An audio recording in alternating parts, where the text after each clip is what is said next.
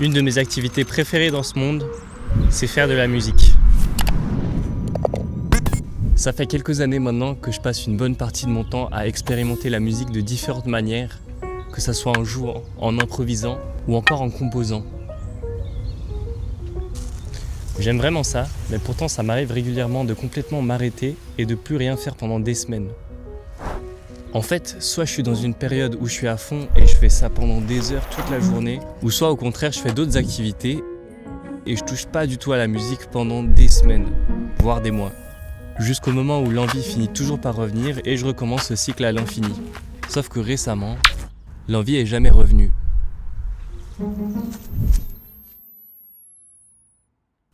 Et j'ai voulu comprendre pourquoi.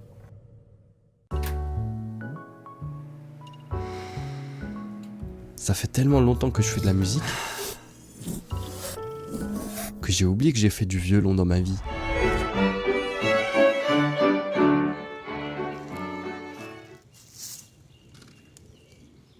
Parfois ça fait tellement longtemps que je fais quelque chose que j'oublie pourquoi je le fais. Et ça a été le cas pour la musique. Parmi les 3 moyens d'expression que j'utilise le plus, à savoir la danse, la vidéo, Les amis avec un Z. et la musique, le premier truc par lequel j'ai commencé, c'est ça, le piano. Mais à la base, je détestais ça. Jusqu'à maintenant, j'ai fait plus de vidéos sur la guitare, mais dans les faits, ça fait depuis bien plus longtemps que je fais de la musique. J'ai commencé par le piano en musique classique dès l'âge de 6 ans. Tout a commencé ici, au conservatoire de musique. L'avantage du classique, c'est que t'apprends par lire une partition et t'acquiers la dextérité des doigts, qui te permet de presque tout jouer. C'est aussi le solfège et tous les examens à passer.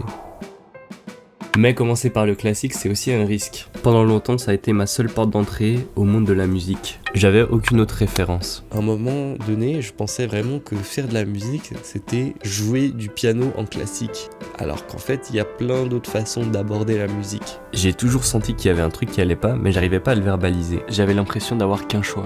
En fait, à travers ce cadre, t'apprends à exécuter, mais t'apprends pas à créer de la musique. Ça signifie que tu peux pas juste arriver sur un piano et jouer comme tu veux. Hormis les morceaux que j'apprenais par cœur, je pourrais rien jouer d'autre. Je me sentais bloqué, forcé à jouer de la musique qui me ressemblait pas. J'avais aucune motivation. Du coup, petit à petit, les cours de piano commençaient à devenir un supplice. Je m'entraînais seulement 15 minutes par semaine juste avant mon cours. Et ce par obligation. Et ça, je l'ai fait pendant 10 ans. Heureusement, entre-temps, J'ai fait une découverte qui a changé ma vie à jamais. Le break.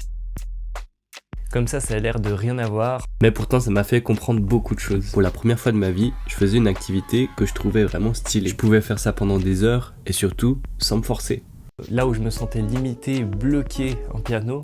Et bah c'était tout le contraire en danse. Et ça m'a permis de me rendre compte à quel point, J'étais détaché de ces cours de musique. Alors j'ai arrêté dès que j'ai pu. pour moi, arrêter ces cours de piano, c'était une libération. À ce moment-là, j'aurais jamais pensé que je reprendrais la musique.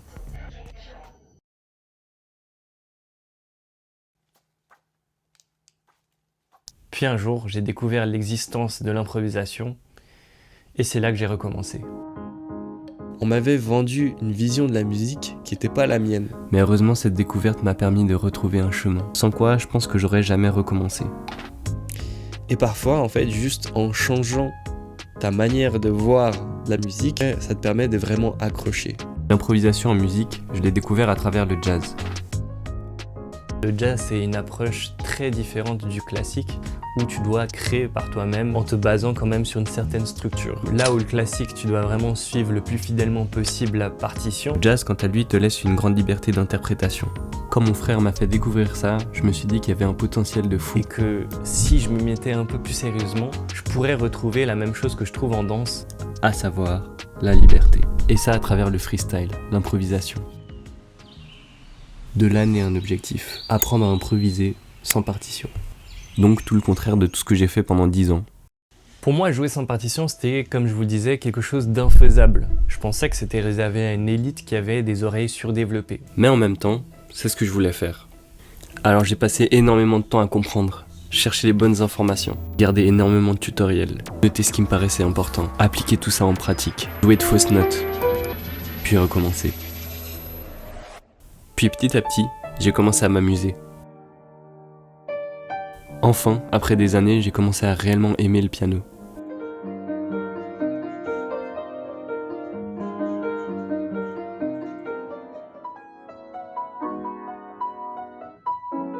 J'avais enfin trouvé une voix qui me correspondait en musique. Puis à partir de là, j'ai essayé différentes choses en piano, comme par exemple jouer avec des potes.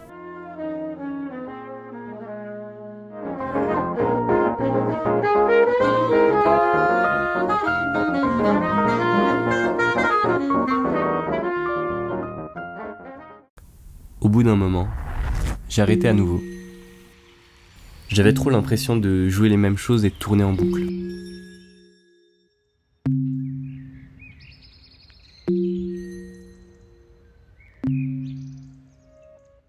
Puis j'ai découvert la guitare.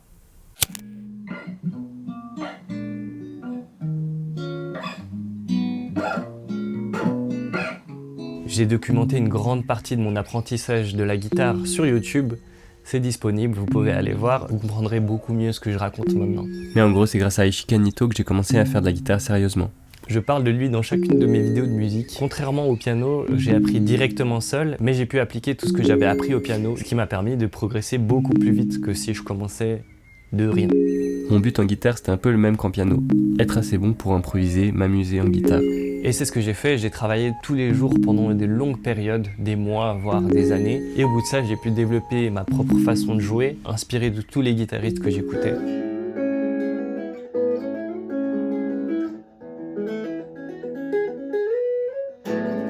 Peu à peu, je partage ma musique à travers différents médias. En même temps que j'apprenais de nouvelles choses en guitare, ça me donnait de nouvelles idées pour le piano. Je jouais tout ce qui me passait par la tête. Il y avait plein d'idées Et je voulais vraiment les figer pour pouvoir un peu... garder une trace. Et c'est comme ça que j'ai eu l'idée de faire un album. C'était un processus nouveau pour moi, puisque j'avais jamais pris le temps de composer. Je découvre plein de nouvelles choses et je continue à composer d'autres musiques. Et après ça, j'ai plus fait grand chose. On en revient à un nouvel arrêt. Cette fois-ci, je me suis dit, bon, t'arrêtes pour la 50 millième fois. Je pense que c'est un manque de rigueur, un manque de discipline. Donc ce que j'ai fait, c'est que je me suis dit que j'allais créer une habitude et jouer un peu tous les jours. Ça a donné lieu à cette vidéo, jouer de la guitare tous les jours pendant 30 jours. Sauf que ce que vous savez pas, c'est que j'ai continué jusqu'à 100 jours. Je voulais un chiffre plus grand, plus symbolique. 100 c'était bien. Du coup, je suis arrivé jusqu'à 100 jours, j'ai vraiment joué tous les jours. Et au bout de ça, j'avais envie d'arrêter. J'avais pas vraiment progressé, mais j'avais juste développé une habitude, mais c'était pas... Je sais pas, ça marchait pas vraiment. Je le faisais un peu le soir, avant de dormir, je faisais rapidement ça, mais je comprenais pas.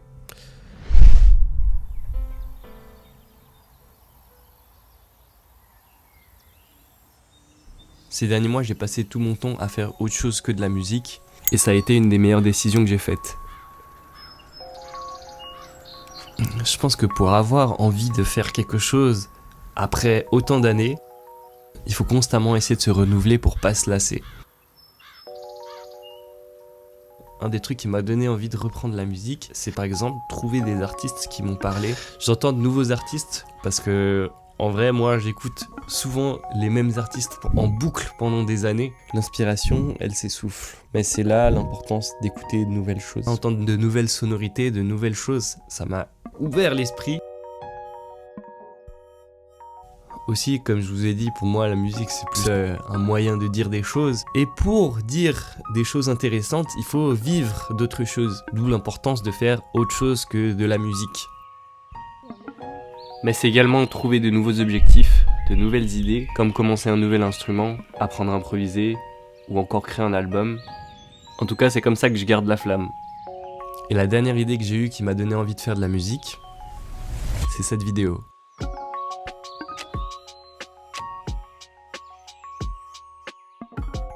Ça m'a pris un peu de temps à faire cette vidéo. Déjà pour composer la musique avant, et en plus, franchement, j'ai galéré à dire ce que je voulais dire.